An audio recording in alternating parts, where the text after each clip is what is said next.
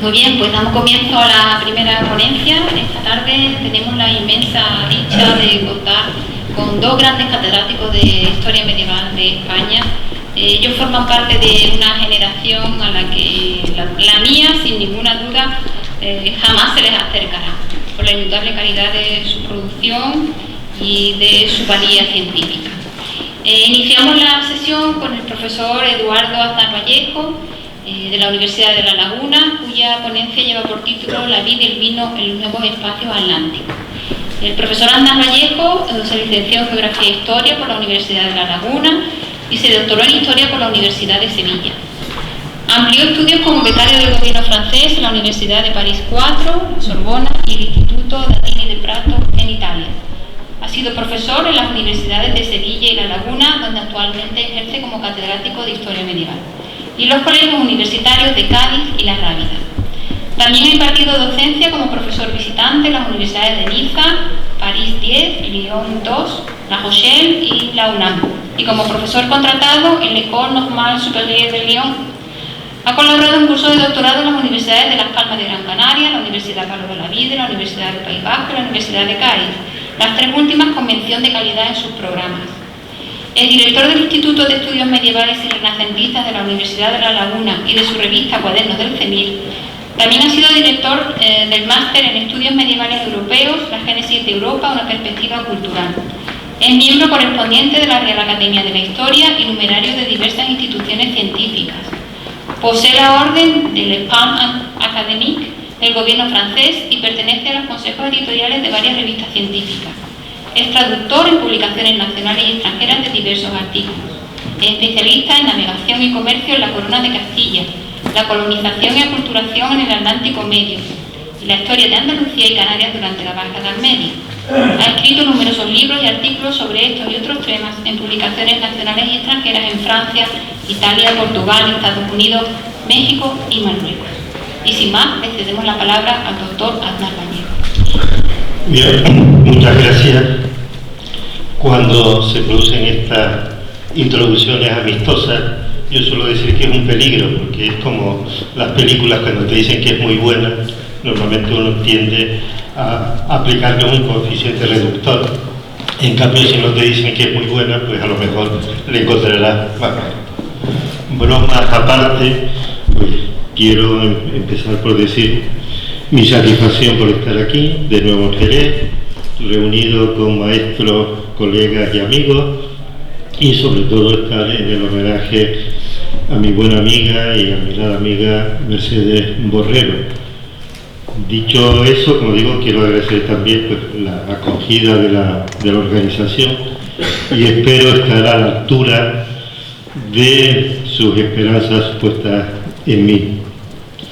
También quiero mostrar pues, mi preocupación por transmitirles este texto pensado para una publicación científica en un espacio tan amplio y únicamente con el soporte de mi voz y de su imaginación. Por lo tanto, trataré de ser medido en el tiempo y con la ventaja que tenemos los canarios de hablar despacio, que por lo tanto tendrán tiempo ustedes de seguir, espero, mi texto. Bueno, para empezar quiero decir que al texto o al título le falta una segunda parte, que es la evolución del mercado canario. La vid y el vino en los espacios atlánticos, la evolución del mercado canario. Es decir, se trata de analizar esa posición puente de Canarias entre la Baja Andalucía e India, en América, en el sentido de una producción vinícola que va a luchar entre las importaciones desde la Baja Andalucía hasta la producción local e incluso al final la posibilidad de expandir la producción canaria hacia India. El primer aspecto que hay que pensar es que, como ya se decía, la vid y el vino son productos que estaban íntimamente insertos en la vida de la época medieval y moderna. Es decir, tenía una importante participación en la dieta, no solo como bebida, sino como aporte nutricional además de tener otras características, ya que era un elemento de prestigio, servía para la liturgia, etc. Esto va a hacer que, en general, todas las regiones deban producir vino, pero que también hay que recordar que algunas de ellas van a tener una cierta especialización, van a convertir al vino en cultivo preponderante. En la Edad Media y en la Edad Moderna no existen monocultivos, sería impensable, pero junto al cereal, principal producto, distintas regiones van a imponer algún producto, en este caso el vino o el aceite, como elemento preponderante. Dicho eso, pues desde el comienzo de la colonización del Atlántico es necesario el vino, tanto por necesidad material como mental, como iremos viendo.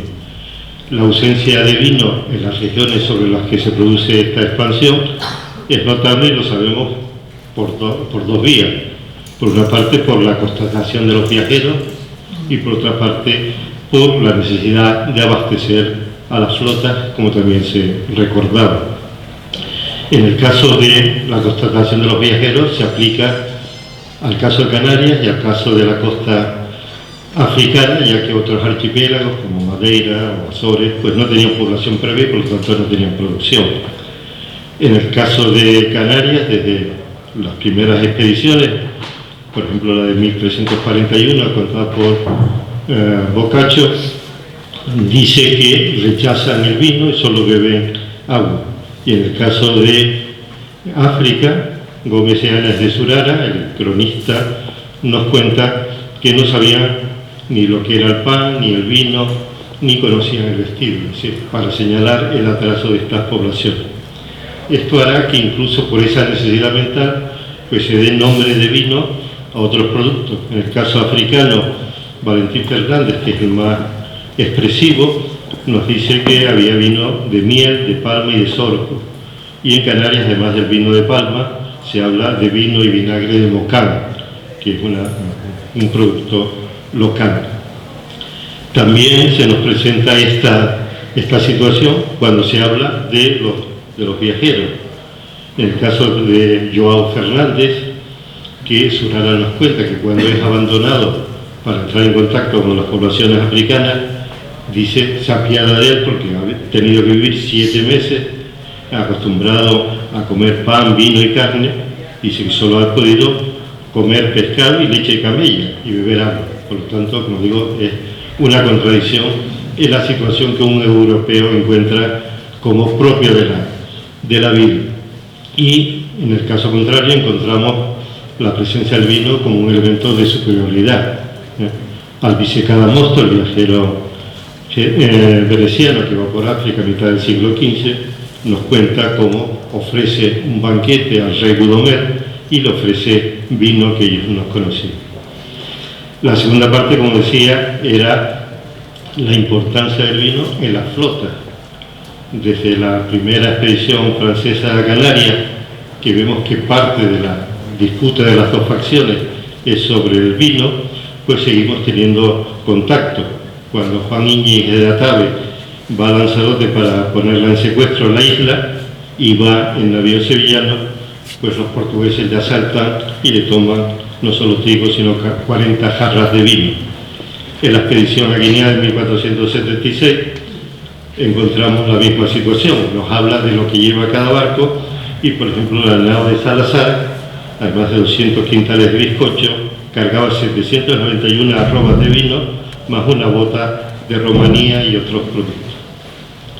En esta flota no podemos, debido al desconocimiento del número de integrantes de la misma, la presencia de aventureros y otros elementos, medir exactamente, pero seguramente la participación del vino estaba próxima a lo que cuenta Valera a propósito de las flotas del estrecho, a saber, 1 libra de bizcocho, 1 azumbre de vino y 2/3 de libra de carne o pescado al día.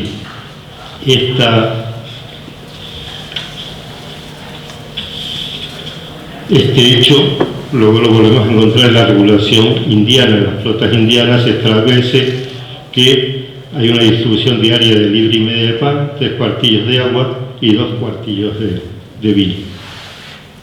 En este caso es inferior, pero lógicamente porque no se trata ya de expediciones propiamente militares, ya que parte del pago de la tropa era en vino.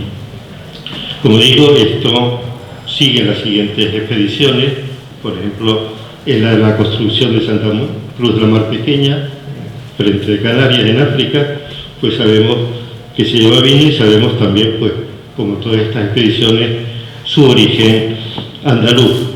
4 botas de vino compradas a un vecino de Chipiona, una pipa de vinagre adquirida de Luis Martín de León, etcétera, etcétera. Y en el comienzo indiano encontramos la misma situación. En los inicios de la empresa americana podemos traer a colación pues 3 ejemplos. Primero, el poder otorgado por don Juan de Fonseca, el obispo encargado de expedición de esta flota, para prohibir que los regatones acaparasen el vino, dada su escasez en ese momento. A continuación, la instrucción de los reyes a Juan de Aguado para que el almirante guardase la distribución de bastimento. En el prorrateo de vino, la cantidad asignada por persona era de media arroba cada 15 días, que supone más o menos un cuartillo diario, aunque se dice que en caso de haber más provisión en el futuro, se aumentaría. Y también el último ejemplo es el de las primeras flotas, de las 4 carabelas de 1495 y las de Juan Otto Berardi. Estamos hablando de 1495 y 1496. Sabemos los que se cargan: 80 caíces de trigo, 50 caíces de cebada, 60 toneladas de vino, etc. Y en el caso de estas expediciones hemos podido analizar dónde se compra, cómo se transporta, etc. Y, como digo, indica la importancia que se concede al mismo. En el primer caso, de las 4 carabelas, la compra de vino ascendió a 3.692 arrobas y la de vinagre a 555 arrobas. Y el origen era el Aljarafe y la Sierra Norte de Sevilla. Las carabelas de Berardi cargaron 3.300 arrobas de vino, 443 arrobas de vinagre. Las primeras procedían de Villalba del Alcor y Manzanilla, mientras que el vino procedía de Jerez. Dicho eso, acabada la etapa, diríamos, de descubrimiento, cuando comienza la colonización, pues las necesidades de la población aumentan y conocemos el incremento de las remesas andaluzas, ya que sin vino pues no se podía vivir. Desde mediados del siglo XV conocemos el envío de jarras vinateras desde Sevilla hacia Canarias, y el citado Alvise Cadamosto nos señala que las islas todavía a mitad del siglo no tienen vino ni trigo, sino se les lleva de otra parte. Esto corresponde, en el caso de Canarias, a la colonización de las llamadas islas señoriales, que tienen peor condición, y sobre todo las más secas, Lanzarote y Fuerteventura, van a tener muchas dificultades frente, por ejemplo, al papel actual de Lanzarote en la producción de malvasía.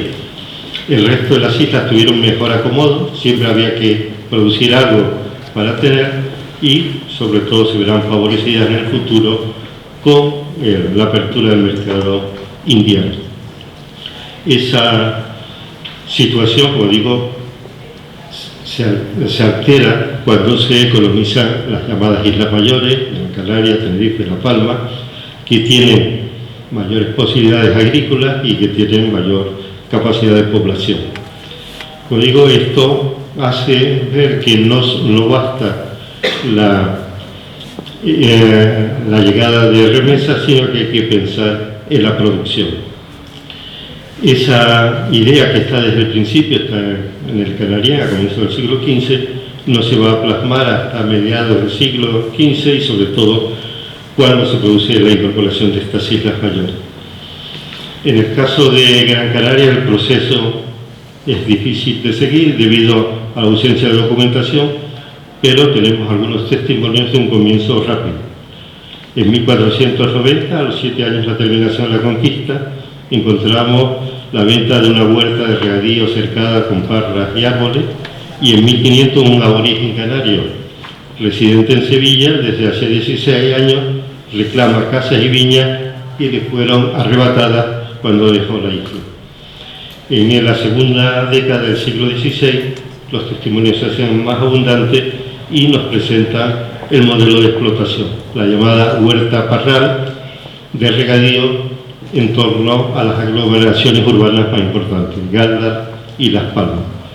Esa producción, como digo, que tiene altos valores, pero que no podemos medir estadísticamente, sí podemos tener una cierta idea a través de un documento en el que los escribanos del número de Gran Canaria se quejan de que les intenten aplicar el nuevo arancel común a toda Castilla por el nivel de vida de las islas. Y hacen una serie de preguntas, entre ellas sobre el vino. La pregunta es si saben que comúnmente la arroba de vino, que sea bueno, vale 160 maravedí, la arroba de vinagre es 100 y la arroba de vino de despensa 110 maravedí. Además, los testigos que mantienen estas cifras nos dan comparaciones y en ese momento inicial vemos que el valor del vino era más de 4 veces el que se pagaba en Castilla.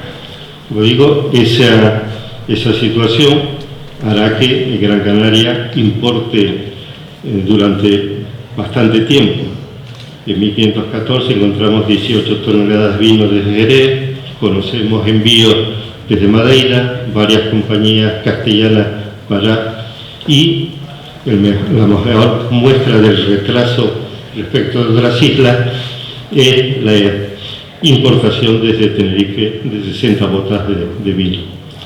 Tenerife, por contra, tiene una situación mucho mejor.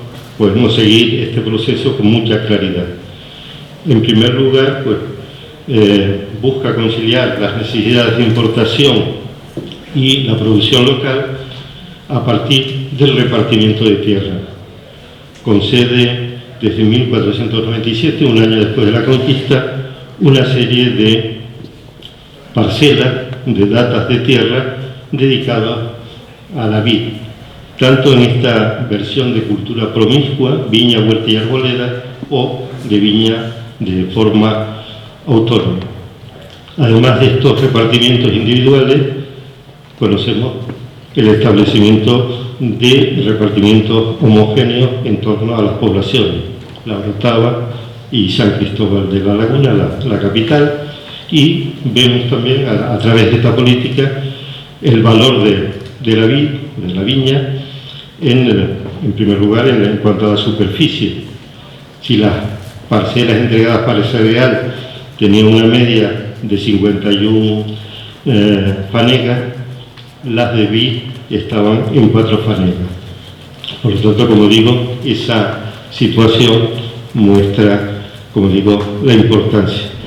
A partir de aquí, pues se intenta producir, aunque inicialmente hay una política cambiante, años que se prohíbe la importación, se pone trabas y otros que no. Esa situación comienza a cambiar a partir de 1516, cuando se dice que se va a seguir la norma castellana, es decir, favorecer la producción local, y además se dice que el vino de Tenerife es bueno, sin horruras o turbios, no como los caldos de Castilla. Esa situación, como digo, va a favorecer esa producción local que, como veremos, a mediados del siglo XVI ya ha triunfado frente a la producción venida de fuera. El caso de La Palma es también difícil de seguir, pero muy sintomático. La Palma es la primera que obtiene autoabastecimiento. Antes de 1520 cuenta con una ordenanza prohibiendo la entrada de vino forastero hasta que se venda la cosecha de vecinos, y desde 1524 tiene licencia para exportar 1/3 de la cosecha. Esa posibilidad se abrió rápidamente a la exportación indiana. Oviedo relata el asalto a una carabela por Álvaro Núñez de Cabeza de Vaca en el río, al marchar al Río de la Plata, en los primeros cargamentos exclusivos para las islas, desde las islas para India, recogidos por Morales Padrón. Los 5 primeros son de La Palma y seguimos así. En este aspecto se ha querido ver que la introducción en India de las viñas procede de esta isla. ¿Por qué? Porque se sabe que en Cusco las primeras viñas son introducidas de Canarias y se ha querido sumar la moderna investigación que ha determinado que todas las mission grapes, todas las cepas que ellos llaman de misiones, extendidas por toda América, corresponden a la variedad de Listán Prieto, que en la actualidad es propia del archipiélago. Como digo, no se puede hacer una unión certera de esto, pero el marketing del vino del Listán Negro, el Listán Prieto, como propio de este vino que coloniza América. En el caso de las islas mayores contamos con varias vías para conocer cómo este cultivo, que es tan importante, se va a introducir. En zonas de colonización, la abundancia relativa de tierra no tenía valor si no se tenía mano de obra, animales, etc. Y eso va a hacer que sea una de las regiones donde la complantación, es decir, el poner en cultivo tierras para luego dividirlas entre el trabajador y el propietario, es muy abundante, y fundamentalmente en el caso de las viñas. También ocurre en los casos donde no hay ulterior partición, sino simplemente cambiar el trabajo por dinero. Lo hay también en los acuerdos de plantación, y algunos de ellos nos presentan un caso muy curioso: la entrega de tierra y trabajo como fórmula de pago. Es la obligación de Asensio Gómez de entregar tierras y agua para plantar 5.000 sarmientos y 200 árboles en Tequeste para saldar una deuda de 70.000 maravedí con el convento del Espíritu Santo de los agustinos. En virtud de la misma debía realizar la plantación entre enero y marzo, dándolo acabado y bueno en 2 años. Además debía cercar la viña con albarrada, poner las medidas, y nos indica que de los 5.000 sarmientos, 3.000 debían ser de torronte y el resto lo que le dieron los frailes. Además nos indica que la postura de los sarmientos debía hacerse de 7 en 7 pies, algo más de 2 metros. Esa misma abundancia, pero no entrar en mucho detalle técnico que estará en la publicación, pues podemos encontrar en los arrendamientos. Los de viña siempre se pagan en metálico, cosa portentosa en unas islas donde faltaba la moneda y se pagaba casi todo en especie. Y como digo, además de estos contratos, nos muestra el desarrollo de la vid a través de sus distintas labores. El año agrícola comenzaba en octubre, tras la recogida de la cosecha. A partir de ese momento se plantaban las nuevas vides o se renovaban las antiguas mediante mugrones. A comienzo del invierno se procedía a la poda para preservarlos del frío. A comienzo de primavera, en marzo sobre todo, el cavado al final de primavera zarpaba el parral con cañas o madera, y en caso de necesidad se procedía a desnietar o despampanar la última. También nos indica que el vino en este momento en Canarias es fundamentalmente un vino de regadío. Como digo, no es siempre la mejor versión, porque Abreu Galindo, un cronista del siglo XVII, nos dice que los vinos de secano de La Palma eran los mejores para viajar. Se mareaban menos que los tintos, pero en general esos vinos de riego era la ventaja. También, como digo, conforme crece la producción, vamos a encontrar un abaratamiento de los precios, al punto de que pueden competir con los peninsulares. Ya en 1526, cuando se consigue la licencia para exportar, se dice que la producción de pan y vino y queso y otros productos es más barata. Pero luego esa opinión se va generalizando. Por ejemplo, la opinión de Menéndez de Avilés, que en 1570 escribe al rey señalándole la ventaja de adquirir en Canarias los alimentos para su expedición a Florida. Según él, el bizcocho podía adquirirse a 20 reales el quintal en lugar de 36, y el vino también era más barato. Proponía, por tanto, cargar únicamente lo necesario para llegar a Canarias y abastecerse del resto allí, con lo que estimaba ahorrar unos 4.000 ducados. También hace una comparación entre los precios insulares y los indianos, pues nos dice que en Canarias la pipa de vino valía 10 o 12 ducados y en América 40 o 50. Como vemos, se está produciendo esa tensión de inicialmente ser regiones abastecedoras, posteriormente ser importadoras, luego ser ellas las exportadoras. También en esta regulación pues conocemos todo lo relativo al mercado local, tanto las ordenanzas de Gran Canaria, que obligan a los mercaderes a vender al por menor para abastecimiento y a los cosecheros, en cambio, venderlo al por mayor, o las del Tenerife, que nos habla de la necesidad de abastecer a la capital, de asegurar las compras minoristas, de asegurar las tasas de venta y también pues que los vecinos pudiesen tomar por el tanto durante 6 días los vinos que llegaban a la isla. De todas estas noticias sabemos cómo evoluciona el calendario del mercado. Sabemos que la producción local menguaba a comienzos del verano y que ha alcanzado su cuota más alta entre noviembre y enero. Por esta razón, a partir del 10 de febrero, el primer día de Cuaresma, podía comenzarse, cuando hubo esa oportunidad, la comercialización del vino foráneo. En cuanto a los tipos de vinos producidos, la documentación y los viajeros coinciden en presentar un panorama dual. Se habla de Vidueños y Malvasía.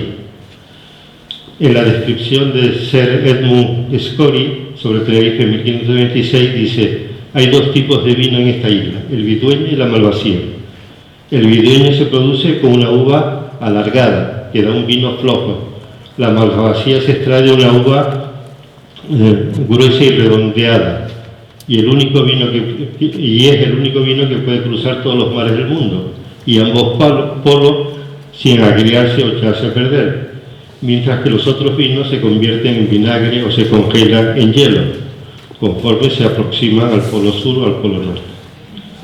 Sobre la Malvasía no existen dudas, pues se trata de la variedad mediterránea que había llegado primero a Madeira por el infante Don Enrique, y después el gobernador Pedro de Vera, pensando él, pues lleva a Gran Canaria al resto de las islas.